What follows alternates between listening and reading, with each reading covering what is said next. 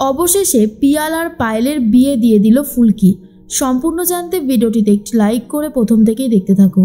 গল্পে শুরুতেই দেখা যায় জেঠিমণির ব্যাগপত্র নিয়ে চলে এসেছে ফুলকি, রোহিত আর তমাল। তার মধ্যেই খবর আসে যে আজকে পিয়ালের ছুটির দিন। হসপিটাল থেকে আজকে পিয়ালকে ছুটি দিয়ে দেওয়া হবে। আর এই খবরটা শোনার পর তো অনেক খুশি হয়ে যায় কাবেরী, আর বলে বাহ বাহ, আজকে তো দুটো একসাথে খুশির খবর, আজ তো অনেক মজা হবে। এর মধ্যেই জেঠিমণি বলে ব্যাগ এনেছিস দে। তার মধ্যেই ফুলকি ভাবে যাক বাবা, অবশেষে সব কিছু ঠিক হয়ে গেল, এর থেকে ভালো আর কী বা হতে পারে। এখন পিয়াল দাদা চলে আসলেই বাকিটা খুব ভালোভাবে হবে। তার মধ্যেই রোহিত তখন বলে তমাল, তাহলে চল আমি আর তুই গিয়ে পিয়ালকে নিয়ে আসি। কাকুমণি তখন বলে দাঁড়া, আমিও যাব। এরপর সবাই মিলে চলে গেছে পিয়ালকে আনতে। কিছুক্ষণ বাদেই পিয়ালকে নিয়ে আসা হয়। কাবেরী তো পিয়ালকে দেখে অনেক খুশি হয়ে যায় আর বলে অবশেষে আসার সময় হয়েছে ছেলেটার। হ্যাঁ রে, তুই আমাকে ছেড়ে কত দিন বলতো বাইরে ছিলিস, আমি তোকে ছেড়ে থাকবো কি করে, আমি তো শুধু এটাই ভাবতাম। তুই এসে গেছিস, আমার আর কোনো চিন্তা নেই। পিয়াল তখন বলে আসতে তো আমাকে হতোই, আমি কি আর এত তাড়াতাড়ি চলে যেতে পারি। কাবেরী তখন বলে দেখেছো বর্দি, কি সমস্ত কথা বলছে, এর জন্যই না এই ছেলেটার উপর আমার এত রাগ হয়। জেঠিমণি তখন বলে ছি পিয়াল, এই সমস্ত কথা বলতে নেই।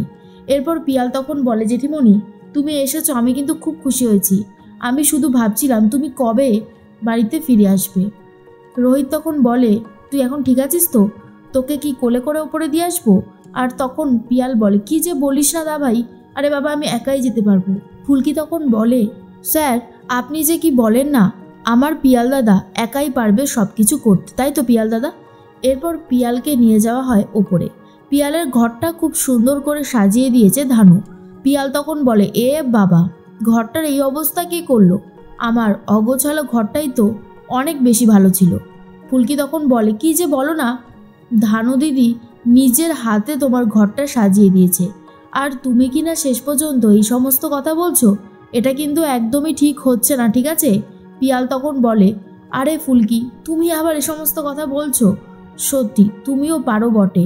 এর মধ্যেই মনে মনে ফুলকি ভাবে পিয়াল দাদা যে বাড়িতে ফিরে এসেছে এটাই অনেক বড় কথা। পিয়াল দাদার অ্যাক্সিডেন্টের খবর শুনে তো আমাদের ঘুম উড়ে গিয়েছিল। আর তখন অন্যদিকে কাবেরী রীতিমতো পিয়ালের নজর দোষ কাটাচ্ছে আর বলে নজর নজর, তোর ওপরে কেউ নজর দিয়েছে, সেই জন্যই তো তোর এত বড় বিপদ ঘটলো। আর এইসব দেখার পর তো সবাই হাসতে থাকে।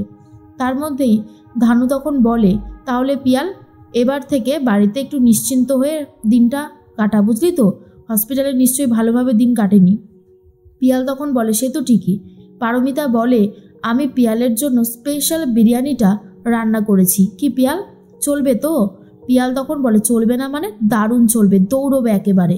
এরপরে রোহিত বলে এই যে ফুলকি শোনো, তোমার সাথে একটা কথা আছে, বিকেলবেলায় কিন্তু তুমি স্টোরে চলে এসো, নতুন মাল এসেছে, স্টকগুলো সাজাতে হবে আর অনেক কাজ আছে, পুজোর অনেক চাপ বাড়ছে।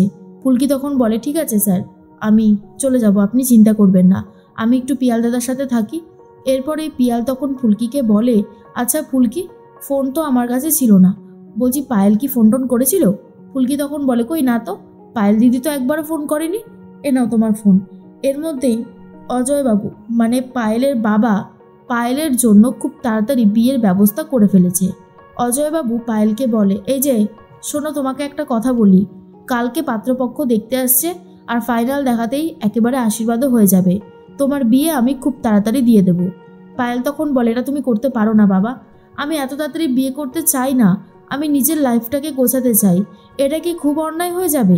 অজয়বাবু বলে আমি তোমার কোনো কথা শুনবো না, আমি যেই ডিসিশনটা তোমার জন্য নিয়েছি সেটাই একদম ফাইনাল, তোমাকে আমার কথাটাই শুনতে হবে। পায়েলের তো অনেক খারাপ লাগে, তবুও কিছু করে উঠতে পারে না। পায়েল মনে মনে ভাবে আমি এই বিয়ে কিছুতেই করব না। এর মধ্যেই পিয়াল ফোন করেছে পায়েলকে আর বলে কিরে পায়েল, তুই ঠিক আছিস তো। পায়েল তখন বলে আমি ঠিক নেই রে, আমার মন মেজাজ একদমই ভালো লাগছে না। পিয়াল তখন বলে কেন, কি হয়েছে, এনি প্রবলেম।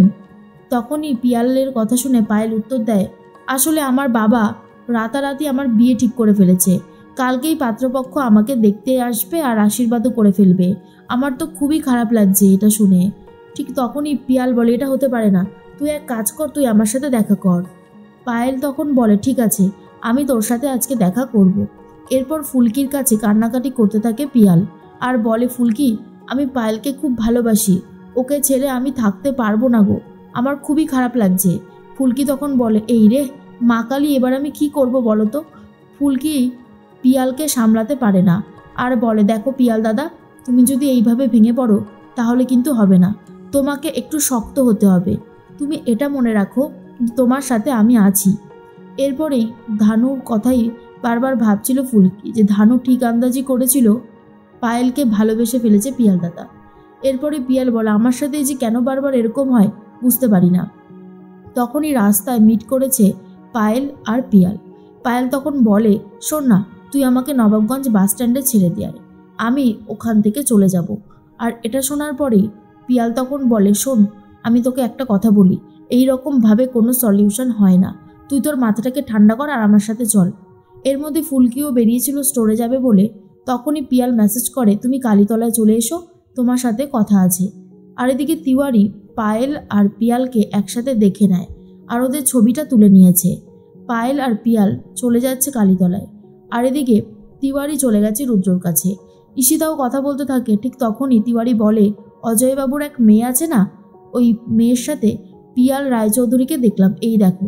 আর এটা দেখার পরে তো ঈশিতাও পুরো চমকে যায় আর বলে অজয়বাবুকে এই কথাটা জানিয়ে দাও, তাহলে পিয়ালের একেবারে উচিত শিক্ষা হবে। রুদ্র তখন ফোন করেছে অজয়বাবুকে আর বলে চিনতে পারছেন, আমি রুদ্ররূপ সান্যাল বলছি। অজয়বাবু বলে না চেনার কি আছে, ব্রিজ ভেঙে যাওয়া নিয়ে এবার তো আমরা মিছিল তৈরি করব, অনেক বড় একটা মিছিল হবে, রাস্তা দিয়ে যাবে। তখনই রুদ্র বলে সে তো করবেন, আপনার মেয়ে কি যেন নাম, পায়েল, ওকে তো আজকাল দেখছি পিয়ালের সাথে বড্ড ঘোরাঘুরি করছে। পিয়াল রায়চৌধুরী মাস্টার মশাইয়ের ভাইয়ের ছেলে, বুঝতে পেরেছেন তো, আপনার মেয়েকে আপনি সাবধানে রাখুন। আর এটা শোনার পর অজয়বাবু বলে আপনি কি করে জানলেন? রুদ্র বলে জানলাম, ওরা তো কালীতলার দিকে গেল। এরপর অজয়বাবু বলে কালকে আমি আমার মেয়ের আশীর্বাদ ঠিক করেছি আর আজকে এভাবে কালীতলায় গেল। অজয়বাবু ফোন রেখে দিয়ে গাড়ি নিয়ে আর তার দলবল নিয়ে বেরিয়ে পড়ছে। এদিকে ফুলকিও পৌঁছে গেছে। তখনই পিয়াল বলে দেখ, তোকে বাঁচাতে গেলে বিয়েটা করাটা দরকার, তুই আমাকে বিয়ে করবি? কিন্তু পায়েল বলে অসম্ভব, আমি বিয়ে করতে পারবো না, বিয়ে করাটা কোনো সলিউশন নয়, আমি এক্ষুনি এখান থেকে চলে যাচ্ছি, আমি রিক্সাতে উঠে গেছি, আর দেখ তুই আমাকে ডিস্টার্ব করিস না। তখনই ফুলকিকে বলে পিয়াল, ফুলকি তুমি কিছু বলো না। ফুলকি তখন বলে পায়েল দিদি, এই রকমভাবে তো কোনো সমস্যার সমাধান হয় না। তখনই পায়েলকে বারবার পিয়াল বোঝাতে থাকে যে পিয়াল ঠিক কতটা ভালোবাসে পায়েলকে। পায়েল তখন বলে ঠিক আছে, আমি বিয়ে করতে রাজি আছি, তবে আমার শর্ত আছে। প্রথম শর্ত হলো আমাদের মধ্যে কোনো বৈবাহিক সম্পর্ক থাকবে না। সেকেন্ড কথা হলো আমি তো সব কাজ করে দেবো, কিন্তু আমার পড়াশোনায় বাধা দেওয়া যাবে না। তখন পিয়াল বলে তোর যা যা শর্ত আছে আমি সব কিছুতেই রাজি। এরপর ফুলকি জয়মা কালী বলে লিখে দেয় আর বলে তোমাদের বিয়েটা তাহলে হচ্ছে। এরপর পায়েলের সাথে পিয়ালের বিয়েটা দিয়ে দিচ্ছে ফুলকি।